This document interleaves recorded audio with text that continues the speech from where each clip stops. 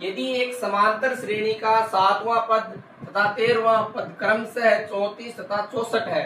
7वां पद मतलब A7 दिया हुआ है आपको कितना 34 और कौन सा पद 13वां पद A13 दिया हुआ है आपको 64 ये दिया हुआ है।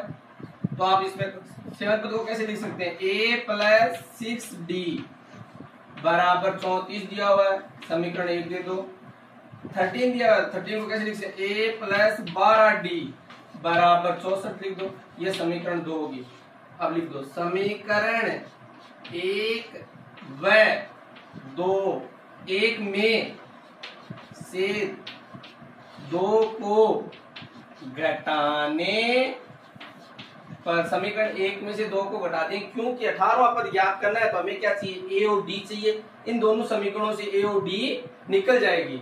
अतः कैसे करेंगे A प्लस 6D बराबर 34 A प्लस 12D बराबर 64 लिख दी समीकरण। चिन्ह चेंज कर देते हैं चिन्ह माइनस का क्यों प्लस आते हैं कन्वर्ट हो जाते हैं माइनस में माइनस का होता है वो प्लस में कन्वर्ट। देखो इसमें से सीधी क्यों कर रहा हूं मैं क्योंकि A समान तब ये कट जाएंगे D बचेगी D का मान निकल जाएगा A से A कट गया 6D प्लस की 12D माइनस की तो माइनस की 6D बच गई बराबर 34 में 64 गए 30 बच गए माइनस के तो माइनस माइनस कैंसिल आउट हो गया 6D बराबर कितने आ गए 30 D बराबर क्या हो जाएगा 30 बटा 6 और D बराबर कितना आ जाएगा मान है 5 D का मान कितना आ गया 5। अब हमें A का मान ज्ञात करना है तो समीकरण 1 में D का मान रखने पर समीकरण 1 में क्या करेंगे D का मान रख देंगे तो A का मान आ जाएगा A और D का मान आती है अब 18 पद ज्ञात कर लेंगे तो A प्लस 6D बराबर 34 A प्लस D 5 है ना तो D 5 रख दी बराबर 34 A प्लस 5 के 30 बराबर 34। देखो समीकरण में D का मान अप्लाई किया कुछ नहीं किया A बराबर उधर जाएंगे थी तो 34 माइनस 30 A बराबर कितने हो जाएंगे 4 A का मान कितना आ गया 4 और D का मान कितना है 5। अब आपको कौन सा पद ज्ञात करना 18वां तो 18वें पद को क्या लिखते हैं A18 बराबर A प्लस 17D ये लिखते हैं ना। तो अब A18 बराबर A का मान कितना है 4 और D का मान कितना है 17 गुना D का मान 5 तो A18 बराबर 4 प्लस 17 को 5 से गुना 17 65 तो A18 बराबर 5 तो कितने हो गए भाई 89 तो भाई A18 पद का मान कितना होगा 89 होगा 89। विविध का चौथा सवाल एक समांतर श्रेणी का प्रथम व अंतिम पद क्रमशः 2 और 8 है तो n पदों का योग 90 है तो n का मान क्या है मतलब पदों की संख्या पूछिए। तो प्रथम पद मतलब a दिया हुआ आपको कितना 2 अंतिम मतलब an या l लिख सकते हैं अंतिम पद को क्या दिया हुआ है 8 ठीक है और n पदों का योग दे रखा है योग हमेशा sn होता है sn 90 दिया हुआ है और आपको क्या पूछा है n पूछा है। तो आपको पता है कि एक सूत्र में यदि एक मान छोड़ के और मान दे दे तो उस सूत्र से आराम से निकाल सकते हैं। तो अपना एस एन वाला सूत्र क्या है एस एन बराबर क्या होता है n अपॉन 2 एक सूत्र होता है a प्लस n ये सूत्र होता है अपना ठीक है। इसमें आपको n का मान ज्ञात करना है एस एन का मान आपके पास है a का मान आपके पास है l का मान l या n एक लिख सकते हैं ठीक है। एस एन का मान ज्ञात करें तो एस एन की वैल्यू अपने पास नहीं है n अपॉन 2 ठीक है। ए की वैल्यू अपने पास है कितनी 2 और एल की वैल्यू अपने पास है कितनी 8 लगा दिया एस एन बराबर n अपॉन 2 एस एन की वैल्यू है भाई अपने पास कितनी एस एन की वैल्यू 90 अप्लाई कर दो 90 n/2 और ये कितने हो गए 10 ठीक है भाई। अब देखो 90 बराबर 2 से काट दो 10 को 5 तो 5 को n से गुणा किया कितने आ गए 5n 90 बराबर क्या आ गए 5n n बराबर क्या आ जाएगा 90 बट्टा 5 n बराबर क्या आ जाएगा भाई 18। तो इस समांतर श्रेणी में पदों की संख्या 18 है जिनका योग कितना हो 90 हो। आगे यदि एक समांतर श्रेणी के n पदों का योगफल क्या है ये एस एन बराबर दिया योगफल क्या है 3n स्क्वायर प्लस 5n दिया हुआ है। तो 164 इसका कौन सा पद है, मतलब समांतर श्रेणी बनाने के लिए a1 a2 a3 का मान चाहिए आपको, और 164 मतलब an हुआ पद दिया हुआ है, तो n का ज्ञात करना है। तो समांतर श्रेणी बनाने के लिए पहले s1 s2 s3 ज्ञात करेंगे। n का मान 1 रखने पर s1 बराबर क्या हो जाएगा, 3 गुणा 1 की स्क्वायर प्लस 5 गुणा 1। s1 बराबर क्या हो जाएगा, 3 की स्क्वायर 1 की स्क्वायर से गुणा करें 1 को 3 से गुणा 3 प्लस 5 बराबर 8। s1 का मान कितना आ गया, 8। अब इसी प्रकार n का मान 2 रखने पर s का मान क्या रख देंगे, 2 रख देंगे। n का मान 2 रखने के तो क्या s2 बराबर क्या आ जाएगा, 3 गुणा n की स्क्वायर तो 2 की स्क्वायर प्लस 5 गुणा 2, तो 5 गुणा n है तो 5 गुणा 2। s2 बराबर 3 गुणा 2 की स्क्वायर कितनी होती है, 4 प्लस 5 को 2 से गुणा किया 10। s2 बराबर 12 गुणा 10 तो कितने हो गए, 22। 12 प्लस 10 बराबर 22। s2 का मान कितना गया, 22। अब n का मान 3 रखने पर s3 बराबर 3 गुणा 3 की स्क्वायर, 3 रखा है n का मान तो 3 की स्क्वायर प्लस 5 गुणा 3, 5 से 3 को गुणा कर दिया। s3 बराबर 3 की स्क्वायर कितनी, तो 9 को 3 से गुणा किया 27 प्लस 15। s3 बराबर 42। s3 का मान कितना आ गया, 42। अब s1 s2 s3 आ गए अपने पास। अब समांतर श्रेणी बनानी होगी तो s1 होता है वो a1 के बराबर होता है, ठीक है। तो a1 कितना है अपना, s1 कितना है 8, तो a1 भी कितना होगा 8। अब यदि a2 निकालना है, समांतर श्रेणी निकालने में s1 s2 s3 से कैसे निकालते हैं, a2 a1 a2 a3 का मान कैसे निकालेंगे, देखो अब देखो a2 का मान कैसे निकालेंगे, तो a2 का मान होता है s2 माइनस s1। a2 बराबर s2 का मान कितना है 22 है, 22 माइनस 8, तो a2 बराबर कितना हो जाएगा, 22 में से 8 गए कितने बच गए, 14 बच गए। अब a3 का मान निकालना है, a3 का क्या हो जाएगा, s2 में से s1 घटाया था, अब की बार s3 में से क्या घटा देंगे, s2 घटा देंगे। जैसे समांतर श्रेणी में d निकालने के लिए करते हैं वैसे ये सूत्र है।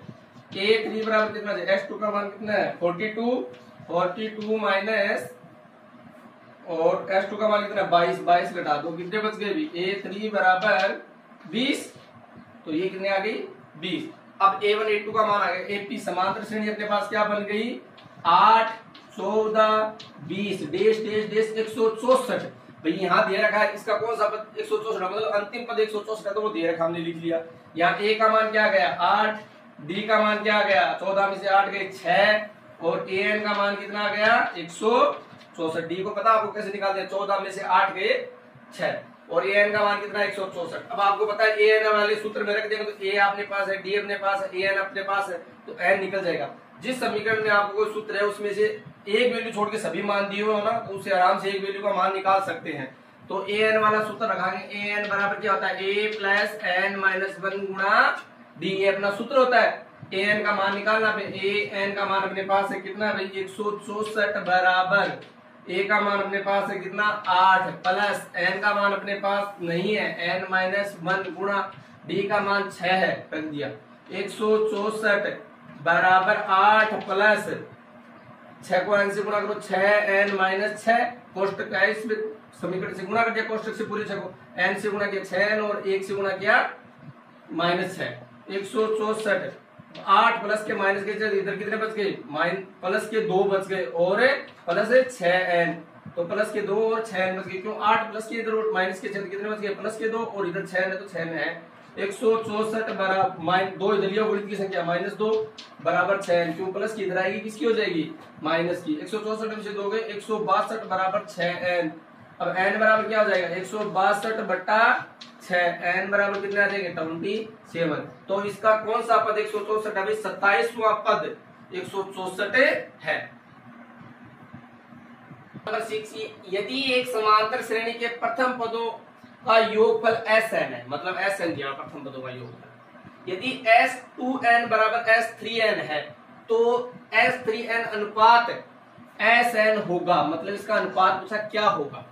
चलो तो आपको क्या दिया S2n, मतलब n की जगह वैल्यू क्या दी है 2n, जहां एन लिखते हैं एस एन वाले सूत्र में वहां 2n रख दो। तो एस एन वाला सूत्र क्या होता है अपना, देखो बराबर का तो n बटा 2 होता है, तो n इसका क्या रख दो 2n बटा 2। ठीक है जी, यहां तक कंप्लीट। अब देखो आगे अगला सूत्र क्या है 2a, तो 2a plus n minus 1, n की जगह क्या रखना है 2n रखना है। क्यों, यहाँ n आता है ना एस एन वाले सूत्र पे, तो यहाँ तो दिया वो n की जगह रखते जाओ, तो 2n माइनस 1 गुणा d, ये सूत्र होता है। इसके बराबर क्या दे रखा है, ये दे रखा है, इसका मान क्या है 3 गुणा एस एन वाला सूत्र, n की जगह n ही है तो एस एन वाला सूत्र लगा दो, गुणा n upon 2 plus n 2a plus n minus 1 गुणा d, ये अपना सूत्र हो गया। ठीक है, अब देखो आगे क्या करना है, देखो n/2, यहाँ n/2 है और यहाँ भी n/2 से कैंसिल आउट हो। ठीक है, अब देखो यहाँ इधर क्या बच गया है 2a प्लस d को गुणा कर दो 2nd, 2n से d को गुणा किया 2nd, और 1 माइनस को -1 से d को गुणा किया -d। ठीक है, इसके बाहर क्या है 2 है ना, ये n/2 तो कट गया। अब इसके बाहर क्या है 3, अब इसको 2a प्लस n को d से गुणा किया nd माइनस d, ये सूत्र यहाँ तक हो गया ना। देखो कुछ नहीं किया, n/2 को n/2 से काट दिया और d को इससे कोष्टक से गुणा कर दिया। अब मैं मल्टीप्लाई करता हूँ, पूरे को 2 से गुणा कर लो, 2 से करेंगे 4a प्लस 4nd, क्यों 2 को गुणा किया 2 से 4nd माइनस 2d बराबर 3 को गुणा करो 6a प्लस 3 को nd से गुणा किया 3nd माइनस 3 को d से गुणा किया -3d। अब कटो कटो, देखो भाई एक तरफ कर लो सबको, a को एक तरफ कर लो, nd को एक तरफ कर लो, तो देखो 4nd इधर है ही और माइनस की 2d इधर है, प्लस की 3nd आई माइनस की 3nd हो गई, और 3nd माइनस की इधर किसकी हो गई 3d प्लस की हो गई, d और nd एक तरफ होगी और a एक तरफ, बोलो 6a इधर है और 4a इधर गए, किसकी हो गई माइनस के 4। देखो 4nd और माइनस की कितनी है 3nd, और 1d किसकी है, इसकी 1d, देखो 4nd प्लस की और 3nd माइनस की, तो क्या बच गई प्लस की nd बच गई ना एक, क्यों 3nd माइनस की और 4nd प्लस की, तो 1nd बच गई, एक लगाने जरूरत नहीं है, 2d माइनस की और 3d क्या प्लस की, तो 1d बच गई ना, तो 1d बराबर 6a में से 4a गए 2a, तो ये समीकरण 1 आ गई है। अब क्या करेंगे, अब हमें अनुपात दिए हुए, क्या दिया हुआ है कि S3n अनुपात Sn बराबर क्या होगा, तो देखिए आगे करते हैं इसको। आपको क्या दिया हुआ है S3n अनुपात 5 Sn है। ठीक है, अब Sn, अब देखो इसको कैसे सोल्व करेंगे, अब देखिए S3n अनुपात Sn, अब इसका सूत्र करना है, तो ऊपर n की जगह क्या रखना है 3n, तो 3n बटा 2 कोष्टक 2a plus n minus 1, n की जगह क्या रखना है 3n रखना है, n माइनस 1 गुणा d, ये सूत्र होगा। अनुपात का अर्थ होता है बट्टा में लगा दो, Sn वाला सूत्र लगा दो, क्यों n की जगह n ही है, बात n upon 2 plus 2a plus n minus 1 गुणा d, ये अपना सूत्र हो गया। अब देखिए n/2 से n/2 कैंसिल आउट हो गया, ऊपर क्या बच गया 3n, अब देखो बाहर कोष्टक की क्या बच रहा है 3 बच रहा है, अब 2a, तो कोष्टक में 2a, अनुपात ज्ञात कर रहा हूं भाई इनका 2a, अब d को इससे गुणा कर दो प्लस के 3nd, ठीक है, और माइनस से d को गुणा किया -d। ठीक है, यहां तक सोल्व होगा, बट्टा नीचे कोई कॉमन नहीं है, 2a के 2a प्लस n को d से गुणा किया, कितने आ गए, देखो n को d से गुणा किया प्लस nd और माइनस d से गुणा किया -d, ये आ गया अपना पास। अब यहां अपने को पता है 2a का मान क्या है nd प्लस d, तो मैं समीकरण में रख दूंगा, समीकरण 1 से मान रखने पर अब देखो 3 कोष्टक 2a का मान कितना है nd प्लस d और आगे क्या है 3nd माइनस डी। ठीक है भाई, यहाँ तक कोई प्रॉब्लम नहीं। बट्टा क्या है 2a का मान क्या है n d plus d plus n d minus d. ये अपना सूत्र हो गया, यहाँ तक क्लियर। अब देखो 3 से ऊपर वाली को मल्टीप्लाई कर दो, 3 को एन डी से गुणा किया कितने 3 एन डी, डी को गुणा किया कितने आ गए प्लस 3d, और इसको गुणा किया 6nd, और इसको d से गुणा किया। चलो गुणा नहीं करते, सीधे ही कम कर लेते हैं इसको। चलो अब कैसे करेंगे, सीधा करो।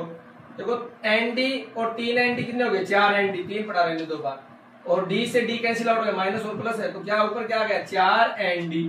ठीक है, d से d कैंसिल आउट हो गया, और 3nd और 1nd कितने हो गए 4nd। तो देखो नीचे क्या nd कितने हो गए 2nd नीचे आ गए, और d से d कैंसिल आउट हो गई। तो देखो अब काटो इसको। अब देखो nd से nd कैंसिल आउट हो गई, nd कैंसिल आउट, और 2 से 4 कैंसिल आउट 2 बार, 3 को 2 से गुणा किया 6, तो भी इनका अनुपात कितना होगा 6। एक समांतर श्रेणी का प्रथम व अंतिम पद क्रमशः 1 और 11 है।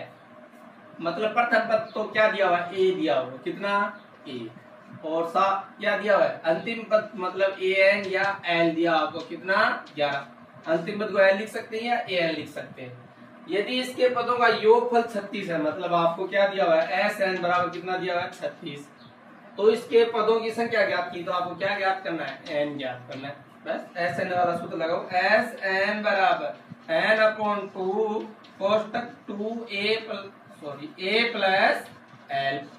ठीक है, ये सूत्र हो गया अपना।